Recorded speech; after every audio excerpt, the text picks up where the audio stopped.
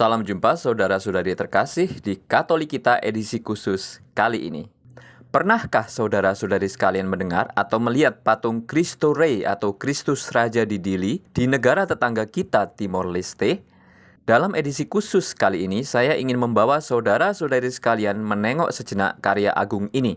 Saya mendasarkan naskah saya ini dari Wikipedia dan berbagai sumber. Patung Cristo Rei merupakan patung terbesar kedua di dunia setelah patung Christ the Redeemer di Brasil yang tingginya 36 meter dan berdiri di atas bukit setinggi 1,5 kilometer. Tinggi patung Cristo Rei 27 meter. Tentang tinggi patung ini yang 27 meter, ada alasan khusus. Saat patung ini dibuat, status Timor Leste masih termasuk dalam wilayah Indonesia yang bernama Timor Timur dan merupakan provinsi termuda saat itu, yaitu provinsi ke-27. Ada kontroversi seputar patung ini, terutama dari pimpinan Fretilin Sanana Gusmao dan juga soal menghadapnya patung ini ke Jakarta. Tentang hal ini akan saya singgung sedikit nanti, saudara-saudari. Kala itu, Gubernur Timor Timur, Jose Abilio Osorio Soares, menyampaikan ide untuk membangun patung Kristus Raja kepada Presiden Soeharto sebagai hadiah ulang tahun ke-20 integrasi Timor Timur ke Indonesia. Presiden Soeharto menyetujui ide ini dan menunjuk Direktur PT Garuda Indonesia untuk memimpin pelaksanaan proyek ini. Beliau memberikan tanggung jawab pada PT Garuda Indonesia untuk mencari dana guna membiayai proyek ini. Dana pun berhasil terkumpul sebesar 1,1 miliar rupiah. Namun, jumlah sebesar ini ternyata masih kurang untuk biaya pembangunannya, sehingga dibutuhkan kontribusi dari pegawai negeri sipil dan para pengusaha di tim-tim atau Timor Timur untuk merampungkan proyek ini. Pada akhirnya proyek ini menyedot dana sebesar 5 miliar rupiah. Lokasi tempat berdirinya patung pun kemudian diputuskan didirikan di atas bukit Tanjung Fatukama, bagian timur kota Dili, Tim-Tim. Patung Cristo Rei sendiri dirancang oleh Muhammad Syailillah atau yang sering dipanggil Bolil, seorang seniman patung yang cukup populer di tahun 90-an dan beragama Islam. Patungnya sendiri terbuat dari 27 kepingan tembaga dan dikerjakan oleh sekitar 30 orang di Sukaraja, Bandung, dan proses pembuatannya memakan waktu 1 tahun. Ke-27 kepingan tembaga tersebut kemudian dikirim menggunakan 3 trailer ke Dili. Proses rekonstruksi patung termasuk bola dunia dan salib setinggi 10 meter menghabiskan waktu 3 bulan.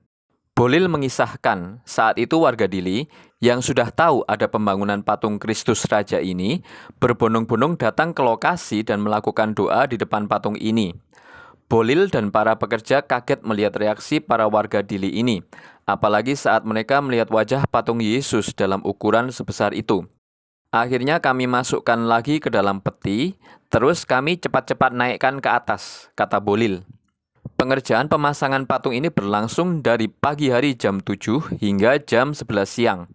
Para pekerja tak sanggup bekerja setelah mendekati jam siang.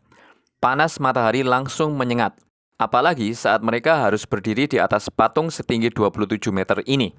Pada tanggal 15 Oktober 1996, Presiden Soeharto bersama Uskup Carlos Ximenes Felipe Belo DSA dan Gubernur Jose Soares menyaksikan langsung kemegahan patung ini dari udara dengan menggunakan helikopter. Presiden Soeharto pun kemudian meresmikan patung ini di tanggal itu juga. Patung Cristo Rei juga mendapatkan penghargaan dari Museum Rekor Indonesia atau MURI sebagai patung tertinggi di Indonesia saat itu. Sedianya patung Cristo Rei ini dibangun oleh Presiden Soeharto untuk mengambil hati rakyat Tim-Tim saat itu. Namun sayangnya hal ini gagal tercapai. Beliau lengser dari jabatannya sebagai presiden karena adanya tuntutan reformasi di tahun 1998 setelah 32 tahun berkuasa dan Tim-Tim melepaskan diri dari Indonesia setahun setelahnya. Saat patung Cristo Rei dibangun, Sanana Gusmao selaku pimpinan Dewan Nasional Perlawanan Maubere sekaligus merangkap sebagai Panglima Valintil atau Forkas Armada de Libertacão Nacional de Timor Leste, semacam pasukan pembebasan Timor Leste, memberikan kritik pedas. Dia menganggap hal ini cuma sebagai propaganda Jakarta untuk mengelabui rakyatnya sendiri maupun dunia internasional. Posisi patung Cristo Rey yang menghadap ke arah barat dan dianggap berkiblat ke ibu kota Jakarta juga mengandung ketidakpuasan beberapa pihak. Puncak dari perselisihan ini kemungkinan adalah tragedi Santa Cruz yang terjadi pada tahun 1991, di mana terjadi peristiwa penembakan para demonstran. Akhirnya dicapailah kesepakatan untuk menggelar referendum di Tim-Tim pada tanggal 30 Agustus 1999 yang disponsori oleh PBB. Referendum dilaksanakan dengan dua pilihan, yakni menerima otonomi khusus untuk Tim-Tim dalam NKRI atau menolak hal itu. Hasilnya 344.580 penduduk atau 78,5% dari total penduduk Tim-Tim memilih untuk menolak otonomi khusus NKRI. Lalu, tanggal 20 Mei 2002, secara resmi Tim-Tim lepas dari NKRI, berdiri sebagai negara merdeka dan merubah namanya menjadi Timor Leste. Saat ini hubungan antara Indonesia dan Timor Leste sudah terjalin dengan baik, apalagi Indonesia masih menjadi pemasok kebutuhan pokok Timor Leste sebesar 30%, di antaranya di sektor otomotif, minyak kelapa sawit, barang elektronik, makanan, dan minuman.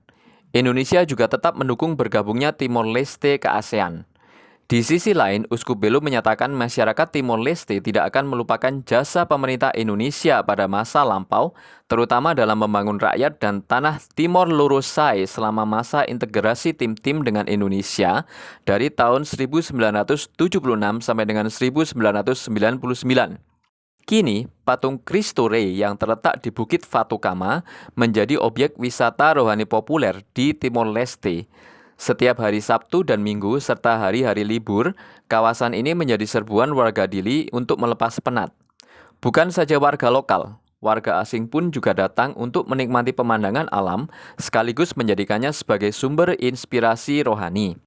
Apalagi di bawah Bukit Fatukama ini, terdapat kawasan pantai pasir putih yang indah yang menghadap ke kota Dili. Sebelum mencapai puncak Cristo Rey, pengunjung akan melewati 14 stasi jalan salib kisah sengsara Yesus yang akhirnya wafat di Bukit Golgota. Untuk menjangkau patung ini, kita harus menapaki sekitar 600 anak tangga. Tapi jalur dibuat landai dan setiap beberapa langkah, kita bisa istirahat dan juga dinaungi pohon sehingga terasa sejuk. Saat berada di puncak Bukit Cristo Rey, para peziarah dapat merasakan terpaan udara segar, melihat pemandangan perbukitan, hamparan laut biru, dan pantai berpasir putih. Lokasi patung Cristo Rey bisa dicapai dengan waktu tempuh sekitar 30 menit dari kota Dili. Patung ini seperti menunjukkan hubungan baik antara kedua negara yang telah terjadi pasca referendum, seolah-olah Yesus mengangkat kedua lengannya untuk memberkati dan memberikan kedamaian bagi kedua negara. Demikianlah edisi khusus Katolik Kita kali ini. Kita jumpa lagi di Katolik Kita edisi khusus berikutnya. Berkah dalam.